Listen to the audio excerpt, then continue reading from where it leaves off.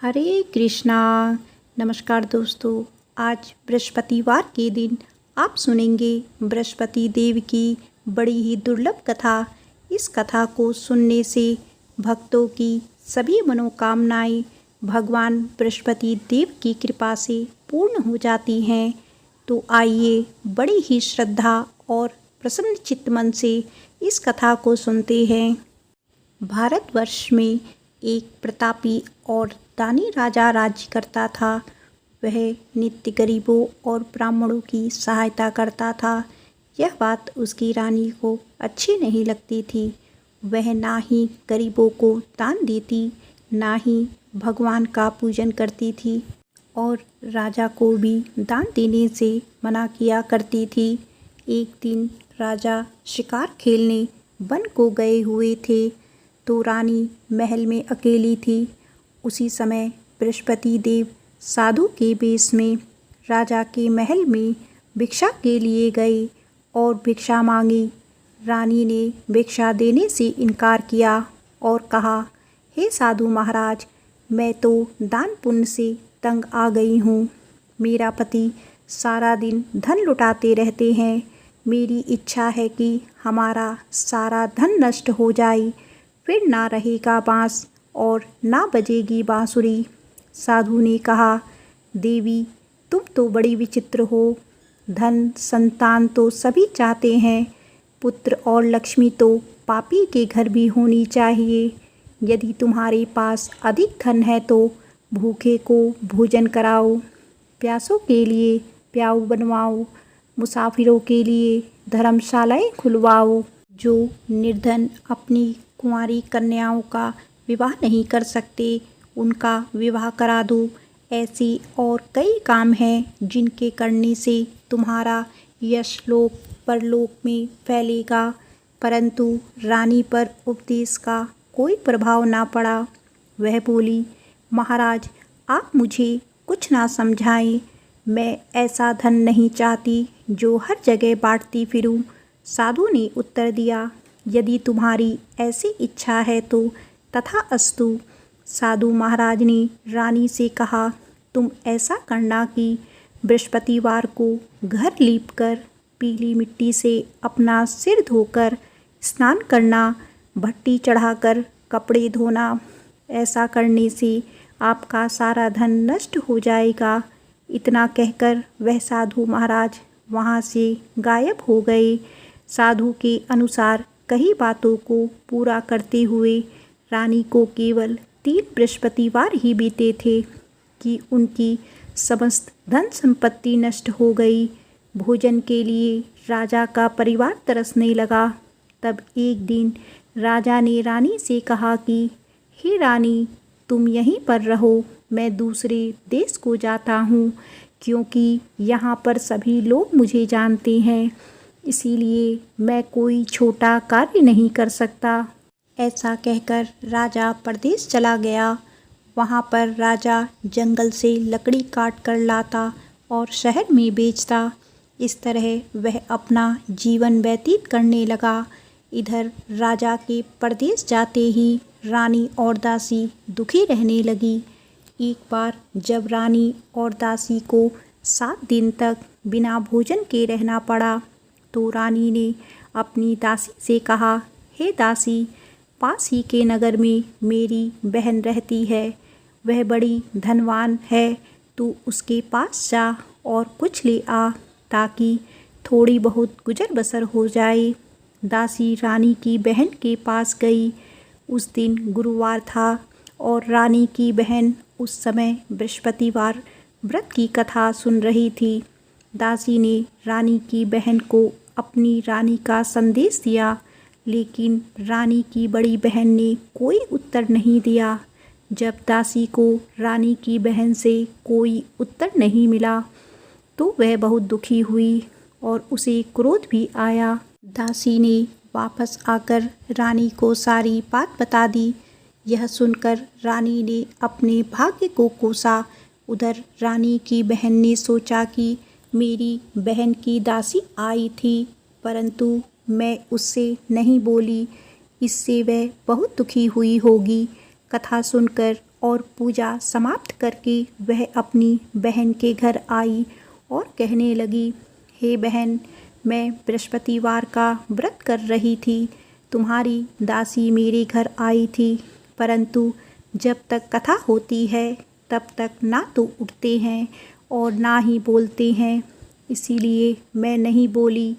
कहो दासी क्यों आई थी?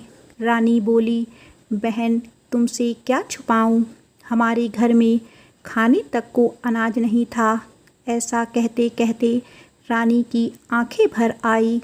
उसने दासी समेत पिछले 7 दिनों से भूखे रहने तक की बात अपनी बहन को विस्तार पूर्वक सुना दी। रानी की बहन बोली, देखो बहन, भगवान बृहस्पति देव सबकी मनोकामना को पूर्ण करते हैं। देखो शायद तुम्हारे घर में अनाज रखा हो। पहले तो रानी को विश्वास नहीं हुआ, पर बहन के आग्रह करने पर उसने अपनी दासी को अंदर भेजा तो उसे सचमुच अनाज से भरा एक घड़ा मिल गया। यह देखकर दासी को बड़ी हैरानी हुई। दासी रानी से कहने लगी, हे रानी, जब हमको भोजन नहीं मिलता तो हम व्रत ही तो करते हैं, इसीलिए क्यों ना इनसे व्रत और कथा की विधि पूछ ली जाए ताकि हम भी व्रत कर सकें। तब रानी ने अपनी बहन से बृहस्पतिवार व्रत के बारे में पूछा। उसकी बहन ने बताया, बृहस्पतिवार के व्रत में चने की दाल और मुनक्का से विष्णु भगवान का केले की जड़ में पूजन करें तथा दीपक जलाएं, व्रत कथा सुने और पीला भोजन ही करें। इससे बृहस्पति देव प्रसन्न होते हैं। व्रत और पूजन विधि बताकर रानी की बहन अपने घर लौट आई। 7 दिन के बाद जब गुरुवार आया तो रानी और दासी ने व्रत रखा। गुड़साल में जाकर चना और गुड़ लेकर आई। फिर उससे केले की जड़ तथा विष्णु भगवान का पूजन किया। अब पीला भोजन कहाँ से आई, इस बात को लेकर दोनों बहुत दुखी थी, क्योंकि उन्होंने व्रत रखा था, इसीलिए बृहस्पति देव उनसे प्रसन्न थे।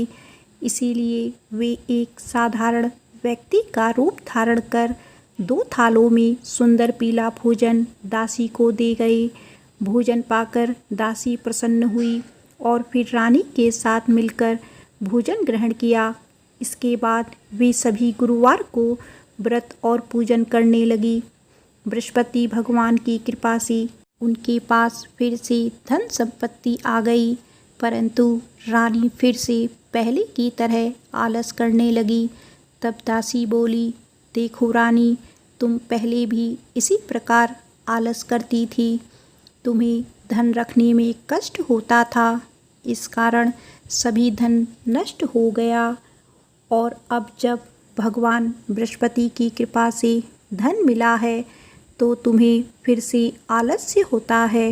रानी को समझाते हुए दासी कहने लगी कि बड़ी मुसीबतों के बाद हमने यह धन पाया है, इसीलिए हमें दान पुण्य करना चाहिए, भूखे मनुष्यों को भोजन कराना चाहिए और धन को शुभ कार्यों में खर्च करना चाहिए, जिससे तुम्हारी कुल का यश बढ़ेगा, स्वर्ग की प्राप्ति होगी और पितृ प्रसन्न होंगे।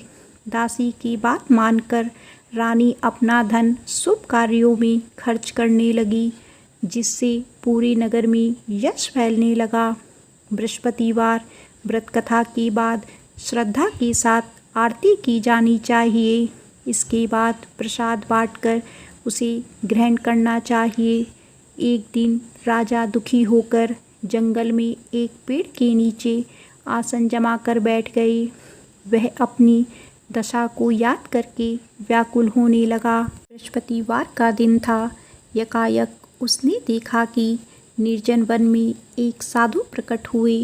वह साधु वेश में स्वयं बृहस्पति देवता थे। लकड़हारी के सामने आकर बोले, हे लकड़हारी, इस सुनसान जंगल में तू चिंता मग्न क्यों बैठा है? लकड़हारी ने दोनों हाथ जोड़कर प्रणाम किया और उत्तर दिया, महात्मा जी, आप सब कुछ जानते हैं। मैं क्या करूं? यह कहकर रोने लगा और साधु को अपनी आत्मकथा सुनाई। महात्मा जी ने कहा, तुम्हारी स्त्री ने बृहस्पतिवार के दिन बृहस्पति भगवान का निरादर किया था, जिसके कारण भगवान विष्णु ने रुष्ट होकर तुम्हारी यह दशा कर दी। अब तुम चिंता को दूर करके मेरे कहने पर चलो तो तुम्हारे सब कष्ट दूर हो जाएंगे और भगवान पहले से भी अधिक संपत्ति देंगे। तुम बृहस्पतिवार के दिन कथा किया करो। 2 पैसे के चना मुनक्का लाकर उसका प्रसाद बनाओ और शुद्ध जल से लोटे में शक्कर मिलाकर अमृत तैयार करो। कथा के पश्चात अपने सारे परिवार और सुनने वाले प्रेमियों में अमृत व प्रसाद बांटकर आप भी ग्रहण करो। ऐसा करने से भगवान तुम्हारी सब मनोकामनाएं पूरी करेंगे। साधु के ऐसे वचन सुनकर लकड़हारा बोला, हे प्रभु, मुझे लकड़ी बेचकर इतना पैसा नहीं मिलता जिससे भोजन के उपरांत कुछ बचा सकूं। मैंने रात्रि में अपनी स्त्री को व्याकुल देखा है। मेरे पास कुछ भी नहीं है जिससे मैं उसकी खबर मंगा सकूं। साधु ने कहा, हे लकड़हारे, तुम किसी बात की चिंता मत करो। बृहस्पतिवार के दिन तुम रोजाना की तरह लकड़ियां लेकर शहर को जाओ। तुमको रोज से दुगना धन प्राप्त होगा, जिससे तुम भली भांति भोजन कर लोगे तथा बृहस्पति देव की पूजा का सामान भी आ जाएगा।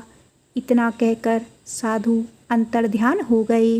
धीरे धीरे समय व्यतीत होने पर फिर वही बृहस्पतिवार का दिन आया। लकड़हारा जंगल से लकड़ी काटकर किसी शहर में बेचने गया। उसे उस दिन और दिन से अधिक पैसा मिला। राजा ने चना गुड़ लाकर गुरुवार व्रत किया। उस दिन से उसके सभी कलेश दूर हुए। परंतु जब दोबारा गुरुवार का दिन आया तो बृहस्पतिवार का व्रत करना भूल गया। इस कारण बृहस्पति भगवान नाराज हो गए। उस दिन उस नगर के राजा ने विशाल यज्ञ का आयोजन किया तथा शहर में यह घोषणा करवा दी कि कोई भी मनुष्य अपने घर में भोजन ना बनावे, ना आग जलाए। समस्त जनता मेरे यहाँ भोजन करने आए। इस आज्ञा को जो नहीं मानेगा उसे फांसी की सज़ा दी जाएगी। इस तरह की घोषणा संपूर्ण नगर में करवा दी गई।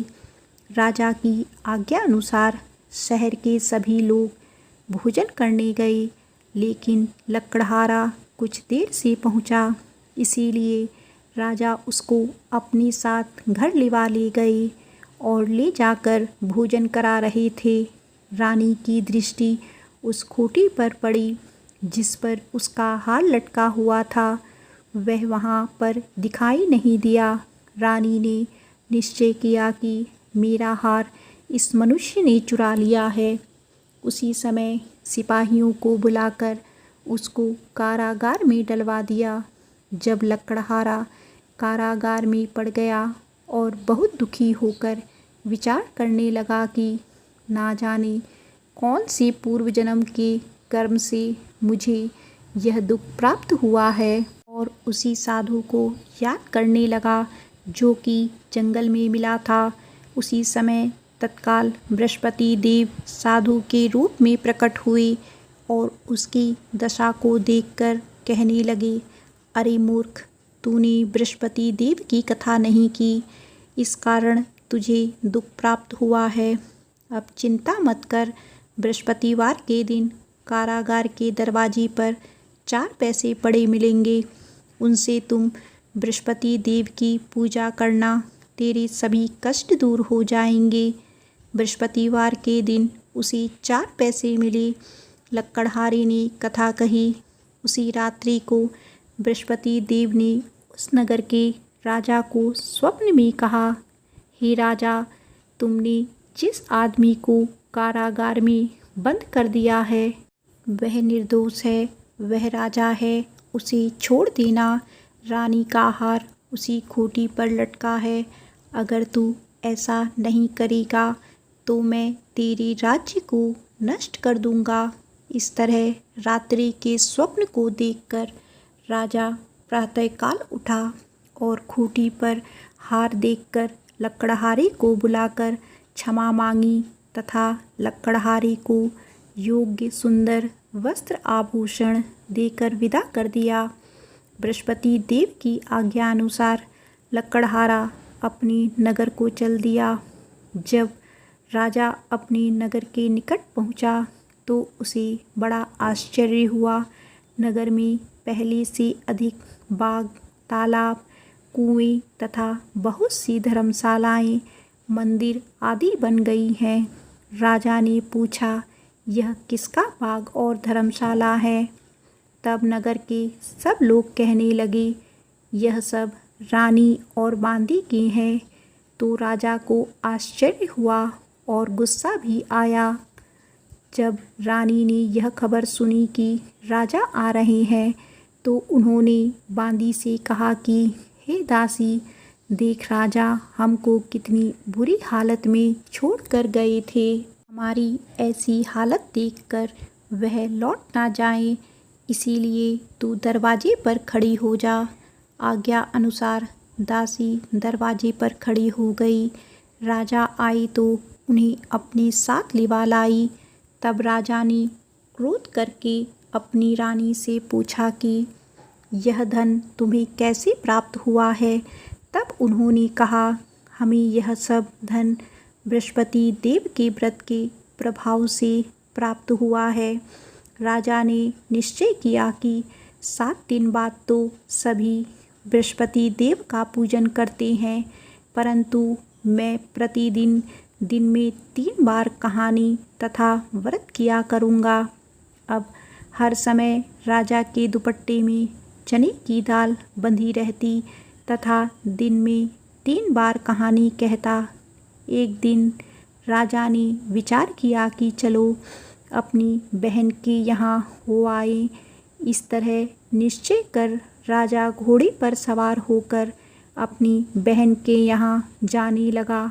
मार्ग में उसने देखा कि कुछ आदमी एक मुर्दे को लिए जा रहे हैं। उन्हें रोककर राजा कहने लगा, अरे भाइयों, मेरी बृहस्पति देव की कथा सुन लो। वे बोले, लो हमारा तो आदमी मर गया है, इसको अपनी कथा की पड़ी है। परंतु कुछ आदमी बोले, अच्छा कहो, हम तुम्हारी कथा भी सुनेंगे। राजा ने दाल निकाली और जब कथा आरंभ की, कथा आधी हुई थी कि मुर्दा हिलने लग गया और जब कथा समाप्त हो गई तो राम राम कहकर मनुष्य उठकर खड़ा हो गया। आगे मार्ग में उसे एक किसान खेत में हल चलाता मिला। राजा ने उसे देखा और उससे बोले, अरे भैया, तुम मेरी बृहस्पतिवार की कथा सुन लो।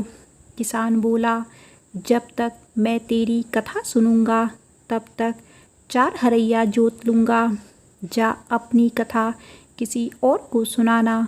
इस तरह राजा आगे चलने लगा। राजा के हटते ही बैल पछाड़ खाकर गिर गए तथा किसान के पेट में बड़ी जोर का दर्द होने लगा। उस समय उसकी माँ रोटी लेकर आई। उसने जब यह देखा तो अपने पुत्र से सब हाल पूछा और बेटे ने सभी हाल कह दिया। तो बुढ़िया दौड़ी दौड़ी उस घुड़सवार के पास गई और उससे बोली कि मैं तेरी कथा सुनूंगी, तू अपनी कथा मेरे खेत पर चलकर ही कहना। राजा ने बुढ़िया के खेत पर जाकर कथा कही, जिसके सुनते ही वह बैल उठ खड़े हुए तथा किसान के पेट का दर्द भी बंद हो गया। राजा अपनी बहन के घर पहुंचा। बहन ने भाई की खूब मेहमानी की। दूसरे दिन प्रातःकाल राजा जगा तो वह देखने लगा कि सब लोग भोजन कर रहे हैं। राजा ने अपनी बहन से कहा, ऐसा कोई मनुष्य है जिसने भोजन नहीं किया हो मेरी बृहस्पतिवार की कथा सुन ले। बहन बोली, हे भैया, यह देश ऐसा ही है कि पहले यहाँ के लोग भोजन करते हैं, बाद में अन्य कार्य करते हैं। अगर कोई पड़ोस में हो तो देख कर आती हूँ। वह ऐसा कहकर देखने चली गई, परंतु उसे कोई ऐसा व्यक्ति नहीं मिला जिसने भोजन ना किया हो। अंततः वह एक कुमार के घर गई जिसका लड़का बीमार था। उसे मालूम हुआ कि उसके यहाँ 3 दिन से किसी ने भोजन नहीं किया है। रानी ने अपने भाई की कथा सुनने के लिए कुम्हार से कहा तो वह तैयार हो गया। राजा ने जाकर बृहस्पतिवार की कथा कही, जिसको सुनकर उसका लड़का ठीक हो गया। अब तो राजा की प्रशंसा होने लगी। एक दिन राजा ने अपनी बहन से कहा कि हे बहन, हम अपने घर को जाएंगे, तुम भी तैयार हो जाओ। राजा की बहन ने अपनी सास से कहा। सास ने कहा, हाँ चली जा, परंतु अपने लड़कों को मत ले जाना, क्योंकि तेरे भाई के कोई औलाद नहीं है। बहन ने अपने भाई से कहा, हे भैया, मैं तो चलूँगी, पर कोई बालक नहीं जाएगा। राजा बोला, जब कोई बालक नहीं जाएगा तब तुम ही क्या करोगी। बड़े दुखी मन से राजा अपने नगर को लौट आया। राजा ने अपनी रानी से कहा, हम निर्वंशी राजा हैं, हमारा मुँह देखने का धर्म नहीं है और कुछ भोजन आदि नहीं किया। रानी बोली, हे स्वामी, बृहस्पति देव ने हमें सब कुछ दिया है, वह हमें औलाद भी अवश्य देंगे। उसी रात को बृहस्पति देव ने राजा के स्वप्न में कहा, हे राजा, उठ, सभी सोच को त्याग दे, तेरी रानी गर्भ से है। राजा को यह बात सुनकर बड़ी खुशी हुई। 9वें महीने में रानी के गर्भ से एक सुंदर पुत्र पैदा हुआ। तब राजा बोला, हे रानी, स्त्री बिना भोजन के रह सकती है, पर बिना कहे नहीं रह सकती। जब मेरी बहन आए तुम उससे कुछ मत कहना। रानी ने सुनकर हाँ कह दी। जब राजा की बहन ने यह शुभ समाचार सुना तो वह बहुत खुश हुई तथा बधाई लेकर अपने भाई के यहाँ आई। तभी रानी ने कहा, घोड़ा चढ़कर तो नहीं आई, गधा चढ़ी आई। राजा की बहन बोली, भाभी, मैं इस प्रकार ना कहती तो तुम्हें औलाद कैसे मिलती। बृहस्पति देव ऐसे ही हैं, जैसी जिसके मन में कामनाएं हैं सभी को पूर्ण करते हैं। जो सद्भावना पूर्वक बृहस्पतिवार का व्रत करता है एवं कथा पढ़ता है अथवा सुनता है, दूसरों को सुनाता है, बृहस्पति देव उसकी सभी मनोकामनाएं पूर्ण करते हैं। भगवान बृहस्पति देव उसकी सदैव रक्षा करते हैं। संसार में जो मनुष्य सद्भावना से भगवान जी का पूजन व्रत सच्चे हृदय से करते हैं तो उनकी सभी मनोकामनाएं पूर्ण करते हैं। जैसी सच्ची भावना से रानी और राजा ने उनकी कथा का गुणगान किया तो उनकी सभी इच्छाएं बृहस्पति देव जी ने पूर्ण की थी। इसीलिए पूर्ण कथा सुनने के बाद प्रसाद लेकर जाना चाहिए। हृदय से उनका मनन करते हुए जयकारा बोलना चाहिए। प्रेम से बोलो, बृहस्पति देव की जय, भगवान विष्णु की जय।